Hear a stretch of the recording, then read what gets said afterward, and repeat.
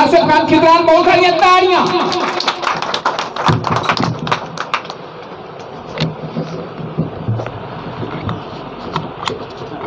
बिस्मिल्लाहिर्रहमानिर्रहीम।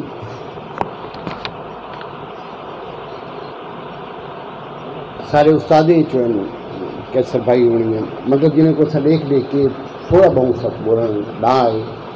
और तारिक शाह साहब के मैं हिके नवाज रेडियो पाकिस्तान को ज्वाइन किया।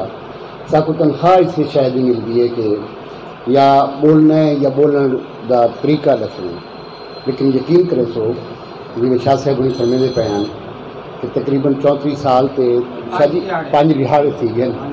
20 जून 1987 को ज्वाइन किया इकट्ठे।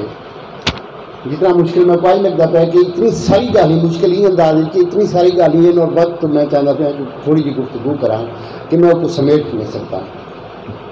पहले तो एक चीज़ तो बही रहा सुना मजहर भाई, क्योंकि तुसा सारे और कैसर भाई उठे ही बैठे बैठे तकलीफ करो अंजुम तुसा एक फुल जाग लिया आज तारिक शाह साहब की साल गिराया सी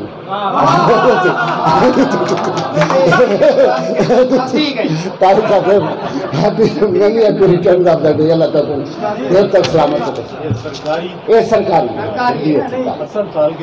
ऐलान जी। असं जल्दी इकट्ठे ज्वाइन किया। बनाओ भी बाबू happy happy birthday Tariq Shah साहब।